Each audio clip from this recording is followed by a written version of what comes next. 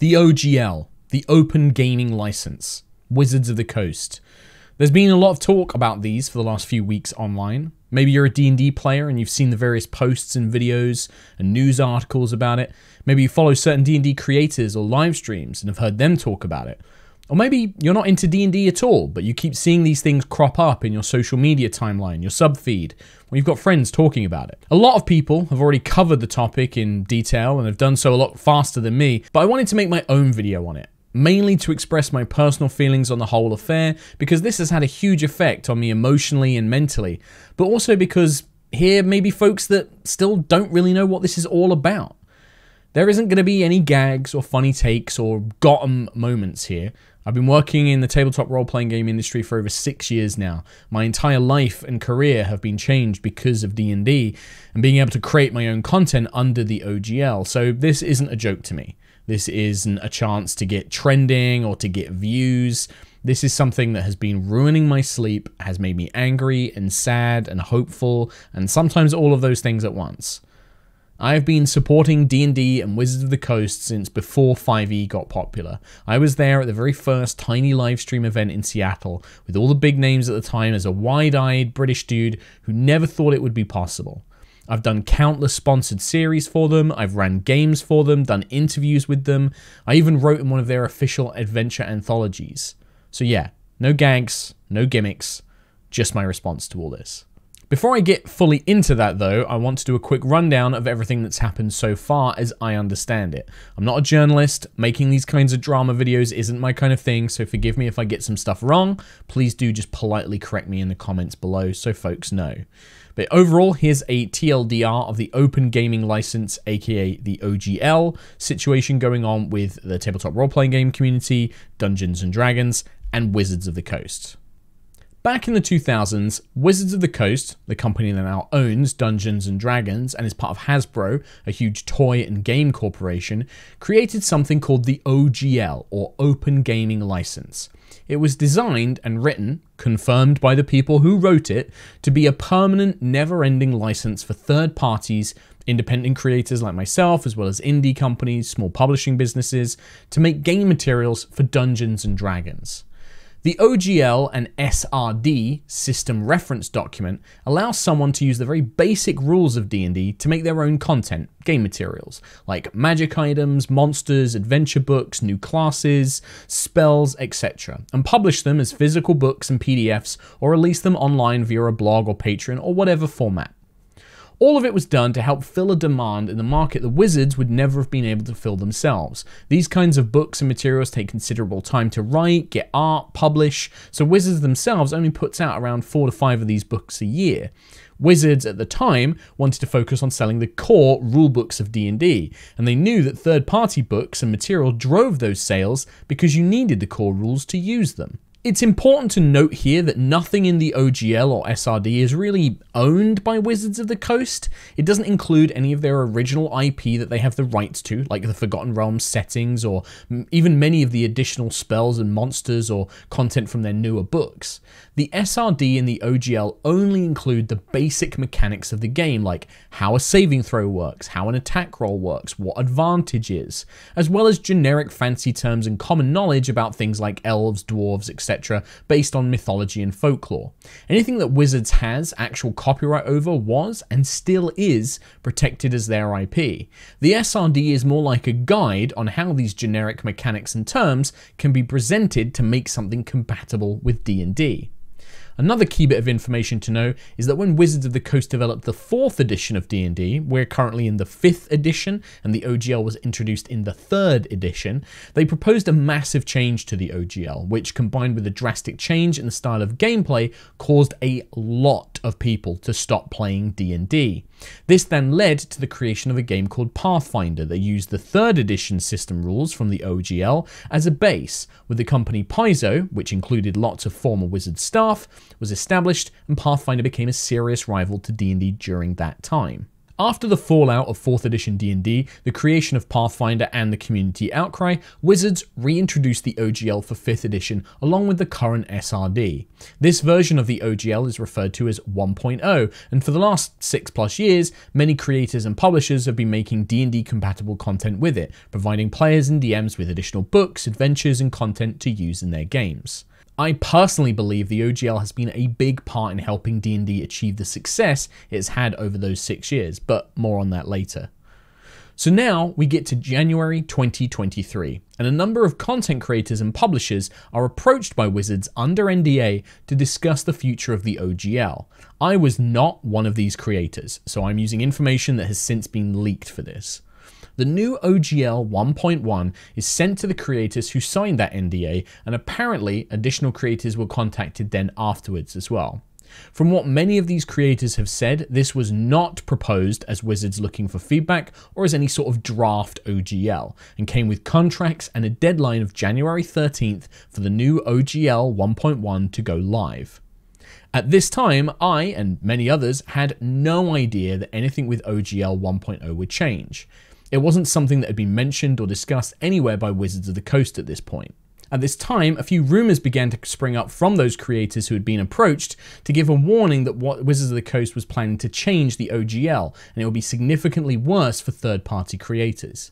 Everything came to light when Linda Codego wrote an article for the website Gizmodo where they had received a leaked copy of Wizards' new OGL 1.1, a revised version of the current OGL from an anonymous source. Linda showcased several key highlights from this new OGL that confirmed many of the rumors that had been circulating around the industry. Primarily, the new OGL 1.1 would attempt to deauthorize the former 1.0 version. This would mean that people would be unable to continue using the old 1.0 OGL if they didn't like the new terms, and would be forced to agree and use the new one if they wanted to make any content for any D&D edition going forward. Creators and publishers would need to tell Wizards of the Coast what they were working on, as well as declare revenue and pay royalties of 25% on any revenue over $750,000 a year.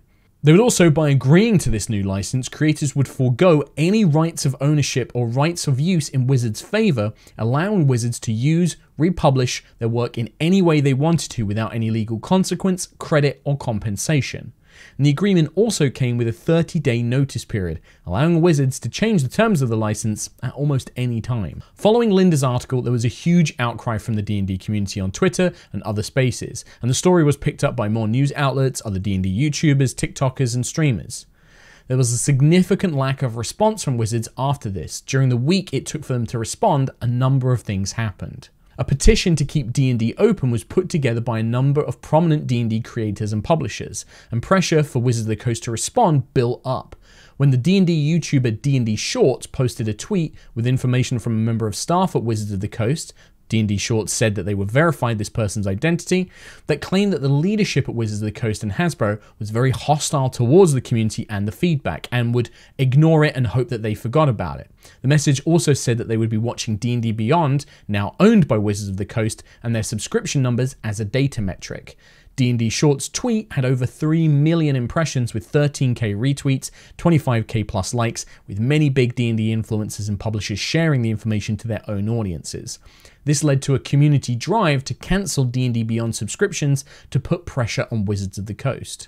Alongside this community pushback, two major independent publishers, Kobold Press and MCDM, made big announcements that they would be creating their own systems, as well as continuing to produce their in-progress projects under the existing 1.0 OGL license.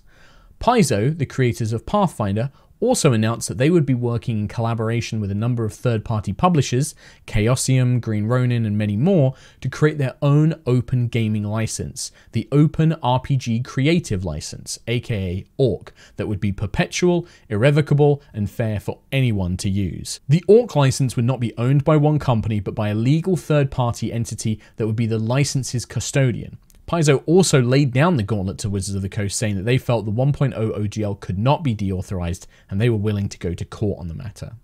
Then, yesterday, Wizards of the Coast, via the D&D Beyond website, released their statement in response. I'll include a link to the full statement in the description below if you want to read it, but the key highlights for the situation are as follows. Wizards clarifies their intent with the revised OGL, saying, First, we wanted the ability to prevent the use of D&D content from being included in hateful and discriminatory projects. Second, we wanted to address those attempting to use D&D in Web3 blockchain games and NFTs by making clear that OGL content is limited to tabletop role-playing content. And third, we wanted to ensure that the OGL is for the content creator, the homebrewer, the inspiring designer, our players, and the community, not major corporations to use for their own commercial and promotional purposes. Driving these goals were two simple principles. One, our job is to be good stewards of the game, and two, the OGL exists for the benefit of the fans. Nothing about those principles has wavered for a second. Wizard also claimed the leaked documents sent to the initial group of creators were a draft, saying, "This was why our early drafts of the new OGL included the provisions they did. That draft language was provided to content creators and publishers so their feedback could be considered before anything was finalized. In addition to language allowing us to address discriminatory and hateful conduct and clarifying what types of products the OGL covers, our drafts included royalty language designed to apply to large corporations attempting to use OGL content. It was never our intent to impact the vast majority of the community." Wizards also say they will adjust the new OGL's wording so that it is clear it refers to TTRPG related content, will remove the royalties, and not include a license back provision, the legal language that means they have free rights to use others' works whenever they want without compensation or credit, at least as I understand it. They said as follows: "The next OGL will contain the provisions that allow us to protect and cultivate the inclusive environment we are trying to build and specify that covers only content for TTRPGs. That means that other expressions, such as educational and charitable campaigns, live streams, cosplay, VTT uses, will remain unaffected by any OGL update. Content already released under 1.0A will also remain unaffected. What it will not contain is any royalty structure. It will also not include the license back provision that some people were afraid was a means for us to steal work." Finally, Wizard says the official OGL documents will be coming soon, but they want to continue developing it based on feedback, saying, "We won't be able to release the OGL today because we need to make sure we get it right, but it is coming." Whilst this statement says a lot more than that, which I will go into later because their choice of wording in some areas is something I have strong opinions about, the key information is as above. A big thing to make clear here is that Wizard's statement is merely their intent on what they will do. We have not seen any revised OGL documents or the legal language contained within. To my understanding, this is where everything sits right now. If you'd like to dive deeper into everything, I highly recommend you read the article by Linda over on Gizmodo. There'll be a link in the description, and also check out the various videos DnDShorts has done on their channel, link also in the description, as they go into more detail about everything than I do here. I just wanted to provide some context for everything before I talk about my feelings on this, and I have a lot of feelings about this. Right off the bat, if you are maybe worried about D&D live streams like Critical Role, High Rollers, Dimension 20, or D&D podcasts, or D&D YouTubers, etc., D&D live streams, YouTube videos, etc. aren't covered by the OGL. They never have been. That content has always been covered by Wizards' fan content policy, which has its own set of rules and agreements. The changes to the OGL won't stop people from making D&D live streams or YouTube series. But that isn't to say that these groups won't be affected by this change. Many of the D&D content creators, livestream groups, etc. all produce their own materials and content, whether it's a homebrew setting, custom classes, or turn their characters into merch. Critical Role published their Tal'Dorei campaign setting book under the OGL. The Drakkenheim series has had several widely successful Kickstarters. I have a Patreon where I post D&D material, etc. So this OGL change probably won't stop your favorite D&D show from streaming or making videos, but it will affect them. Likewise, you might think that because you yourself don't publish, for free or for money, D&D content, this OGL change won't affect you either. But it will. Third-party publishers won't make content under the proposed OGL, or even this revised OGL if Wizards doesn't change more things in it. So that means you will have less options for D&D materials, no more extra books or monsters to draw from, no more spells or magic items. Even if you don't use third-party materials and only use official Wizards D&D books, many of the designers and writers who worked on those books are freelancers, who also work for other third-party publishers and develop their skills and practice on producing OGL content themselves. It will deprive Wizards of a greater pool of talent when making their books in the future. Right now, my major concerns with the OGL changes, following Wizards' response, are as follows. Will the legal text of this new OGL actually protect creator works and prevent Wizards from using them without permission, credit, or compensation? Will the OGL be irrevocable, or will Wizards be able to change the terms of license again in 12-18 months' time from now? Wizards wants every creator, publisher to tell us what you're working on. An incredibly vague statement. How will this actually work? Will I have to submit my content for approval before I can publish it? I can't see how this could be anything else, as they say they want to prevent people making harmful or discriminatory content. How would they do that, and why would they want us to tell them what we're doing if there isn't some sort of approval process or element? Why would this even work? They could easily be overwhelmed with submissions. Will that process be transparent? What will the criteria be? Can I appeal it? With this kind of system, Wizards could, in theory, blacklist creators and publishers they don't like and not approve their content, or demand they make changes. And then finally, will they still try to deauthorize the OGL 1.0 and prevent people making content for 5e under that license? I sincerely hope that the good intent Wizard talks about in their message is true. I hope they realize they made a huge mistake and genuinely want to make things right. I want to be optimistic and believe them, but I know how corporations work. I've seen the leadership of companies how they often feel about creators and fans like me. We're only valuable as long as we're useful. I simply cannot believe what is said until I see the final OGL product and the legal pros can examine it. I've learned the hard way that a company can say, "I'd never do that," with all the sincerity in the world. But if the contract says, "but I can," then you are putting yourself in a very vulnerable position. I used to believe in Wizards of the Coast as a company. I used to think that the goodwill and the sincerity of the individuals working there made it a good company. But this is not my first time being burned by that belief. I've been taken advantage of before, and I am struggling to have any faith now. I'd love it if Wizards of the Coast could win me back. I'm willing to give them a chance to earn my trust and respect. But my eyes are wide open this time, and I'm not putting myself at risk. Overall, I think this whole situation has just left me feeling sad. Sad and frustrated and tired. I'm disappointed and angry at the Wizards of the Coast leadership team for letting this happen. I'm sad about the future for myself and my fellow creators, especially those the smaller ones. But I'm also kind of angry at how some of the community is responding to all this mess. People are rightfully angry and upset, and they should be. Cancelling D&D Beyond subscriptions, boycotting Wizard products, making it clear that they won't support the company if they move ahead with these changes is great.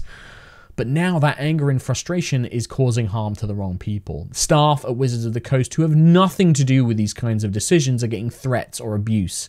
Good people who hate this change as much as we do and are the ones helping by leaking information are being treated as an enemy. I know many of the folks working at Wizards of the Coast in their design and marketing departments. I admire them or call them friends, and they don't agree with this decision. They have worked there for years or dreamed of it and finally have a secure job in the industry.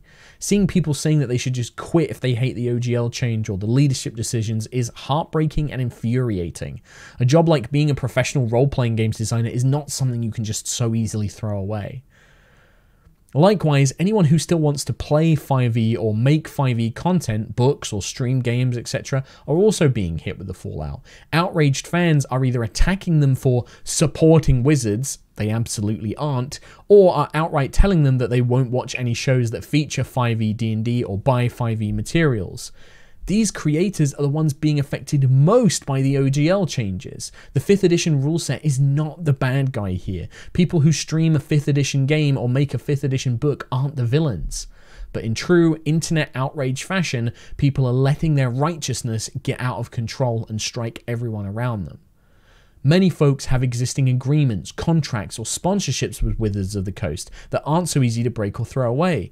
I currently don't have sponsorships or contracts with Wizards directly at the moment, but I have a few side obligations later this year, and I'm still worried about how people will react to those.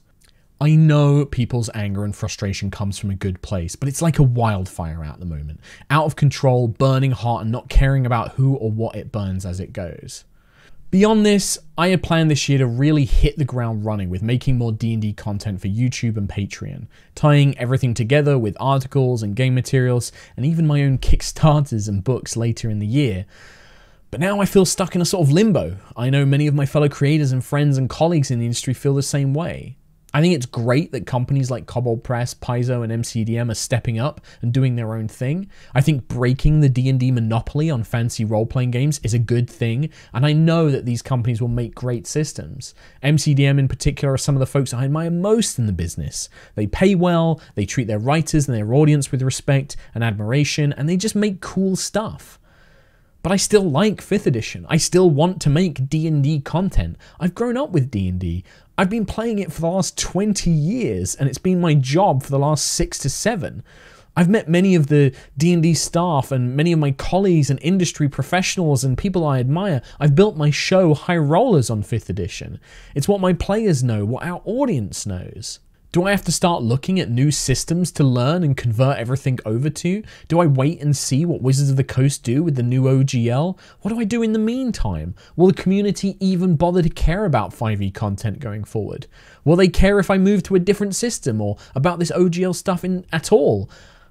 I've been struggling to sleep at night with these questions going around my head again and again and again. All of this stress, this fear, this doubt has been caused by Wizards, by sending this out quietly, whether it was a draft or not, and personally, I can't believe something with a contract and a deadline attached to it can be called a draft, without any warning or notice, has just thrown my year and many other creators and publishers' first year off to a horrible, stressful start.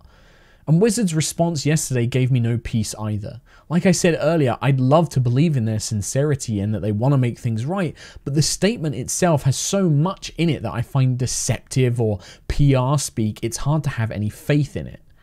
Wizards claims to be doing this to prevent D&D content from being used in harmful and discriminatory products, but how much of a threat is that with the OGL? Has there been a slew of successful homophobic adventure modules out there or racist monster compendiums? Does Wizards of the Coast not have any other legal ways of taking down that kind of content? Not to mention that Wizards themselves had to reprint their Spelljammer books because of harmful content with the Hadozi.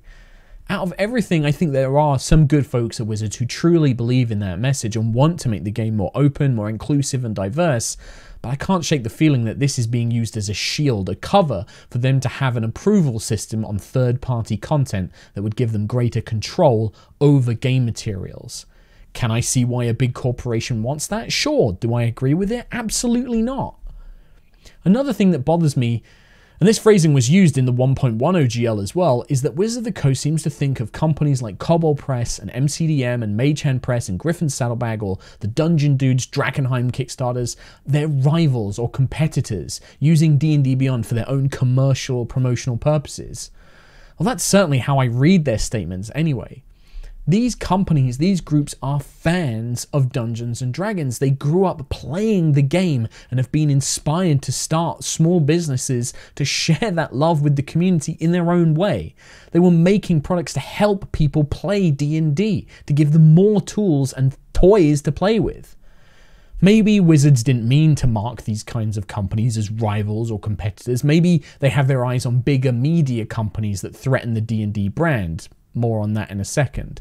But if that's the case, then they need to outright say so, not allude to it, not hint at it. Because what they've done now with these OGL changes is turn these companies into competitors. They have forced their hand and made them decide, given them a huge boost in marketing and PR to kickstart their own projects.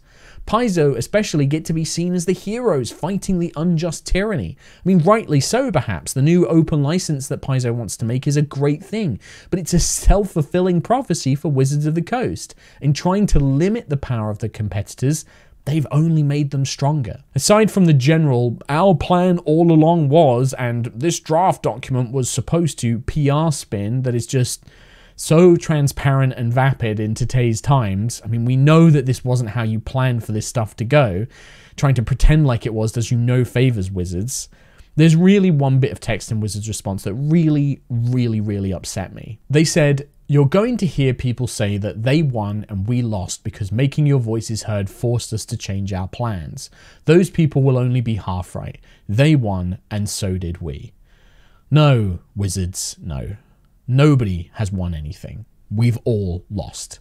Creators have lost. Fans have lost. The smaller publishers have lost. You've lost. This whole mess, this whole awful situation is just a massive L for everybody. Trying to spin it as a win is either just delusional or a smile of gritted teeth, and either way it's a lie to us and yourselves. There's some glimmers of hope through the clouds, some potential good to come in the far future, but the whole affair is just this wet, cold, miserable grey day in July. It sucks. And for what? For what purpose? I think the crux of all of this comes down to something that I think has been building at Wizards and Hasbro for the last 4 or 5 years. I think that since the explosion of 5th edition's popularity, Wizards leadership has begun to see more potential in D&D as a media brand than as a tabletop role-playing game. It began with a focus on celebrities playing D&D, moving away from the homegrown fans turned influencers to make D&D more of a spectacle. It included more merchandising and more brand partnerships. Heck, I even DM'd a special D&D one-shot on their own Twitch, which was to promote a partnership with a candy brand. With the D&D movie coming out and the news that a D&D TV show has been signed off, it's become clear to me at least that Wizards leadership realized they can make a lot more money with D&D as a media brand than they ever could by selling tabletop role-playing game books. The big money is being Disney with Marvel and Star Wars as these IP universes that can be spun off into dozens of different revenue streams. I can almost envision an executive at Hasbro or WotC saying, why are we spending all this time and money making these books ourselves when here are all these other small companies out there doing it for us? We should just be taking a cut of their books that use our rules. So why would the Wizards executives care about the OGL? Why would they care about 50,000 upset fans on Twitter or Reddit? Their goals, their ambitions are so much more than that. The Wizards D&D social accounts are focused almost entirely on the upcoming movie and the iconic elements of D&D, creating a brand identity. Most of the stuff involving the game has been moved over to D&D Beyond. D&D, the role-playing game, is just one small part of what Hasbro envisions as a larger brand. But to me, movies and TV shows don't get people actually playing D&D. At best, they might sell a few starter boxes or get people to try it. But the movie or TV show won't keep them playing. Once the series ends and people move on to the next algorithm-suggested media binge, they'll forget all about D&D. What keeps people playing D&D, what makes them buy the extra books and subscribe to D&D Beyond, is the community. It's the friends and family who have been playing for decades and can offer to be the DM. It's the YouTubers and the influencers who put out advice videos on how to play, how to make a character, how to be a better GM. It's the third-party publishers who are making books that give you pre-made traps or monsters or adventures to use. It's the Discord communities you can go to find online games or get advice about the VTTs or chat about the hobby. And I think that with this OGL step, with this move away from community content towards celebrity brand content, it's telling that either Wizards leadership thinks seeing Chris Pine in a D&D movie will convince someone to sit at a table and roll dice for 4 hours, or they think that the potential in movies and TV is way bigger than any role-playing books they can sell. I could be very wrong there. Maybe the one episode of Stranger Things did actually convince people to sit down and play a year-long campaign, buy all the books and minis and dice and accessories. Maybe hearing that Vin Diesel likes D&D gets a Fast and the Furious fan to try role-playing as Marlowe the Halfling Wizard with the squad at the local game store. I don't know. But what's more likely to me is that all of the video gamers, all the fancy fans, all the geeks and the nerds who had always been a bit intimidated by D&D suddenly had the ability to watch a group of fairly regular people sit down and play a real game of D&D live on the internet for 3 or 4 hours every week. They got to see how the rules actually work, how it can be silly as well as serious, it can be emotional, it can have combat, romance, exploration, lore, all the things they love from their other interests. Their social media feeds, their Tumblr blog, their YouTube recommendations are suddenly filled with fan art and cosplay and clips and GIFs and more of the regular people sitting down and having fun with their friends. I've always believed that 5th edition D&D success has come from the community, from fans, people like me or Matt Mercer or Abria or Brennan, from groups like MCDM or Discord and Reddit communities, because for the first time in the game's history, everyone in the world suddenly had easy access to watch and learn from the people who love this game the most. It's not because of a celebrity endorsement. It's not because of a brand marketing campaign. It's because of the real, genuine, sincere people who have poured their love of this game into their own worlds, their own projects. This OGL change, this change in company direction is nothing but a callous disregard for that. It's an arrogance that somehow some executive's idea in a meeting room has more impact and import than the hundreds, the thousands of hours that fans devote to the game and the community every week. The work that people like me, any D&D creator or third-party publisher have invested into this hobby. This OGL business is the last nail in that coffin. One last "who are you again?" reminder that the community has little value compared to the glittering, shiny lights of the digital media world. I don't know if that strategy will work out. The new movie and TV show could make them a lot of money. And I know that there are many people out there who will see that as the only worthwhile measure of success or importance. But to me, it's cold, soulless, heartless success in a dying world. A world of starving dogs tearing each other apart for more. But I don't want to end this video in the dark. I don't want to end it in the gloom. The TTRPG community has really come together on this. It's been amazing to see how many people respect and understand the importance of creative freedoms and creators owning and being compensated for the work they do. Seeing companies like Cobble Press and MCDM step up to do their own thing, to see Paizo create the Orc, does give me hope. These will be great things for the TTRPG industry and the community. Breaking the D&D monopoly, getting more people to try different systems and play different games is a great thing. And on a personal note, it's convinced me of something too. My friend James Introcasso, the lead designer over at MCDM, said in his job interview, "I don't want to make 5e forever." And that struck me in a profound way, because I hadn't realized that neither did I. I've been homebrewing and converting 5e D&D for years now, and I love the game, I love the system, but because of that love, I can see its flaws. I can see the parts of the game I dislike that I want to change, the parts that I just think aren't good games design. So maybe another system will suit me better.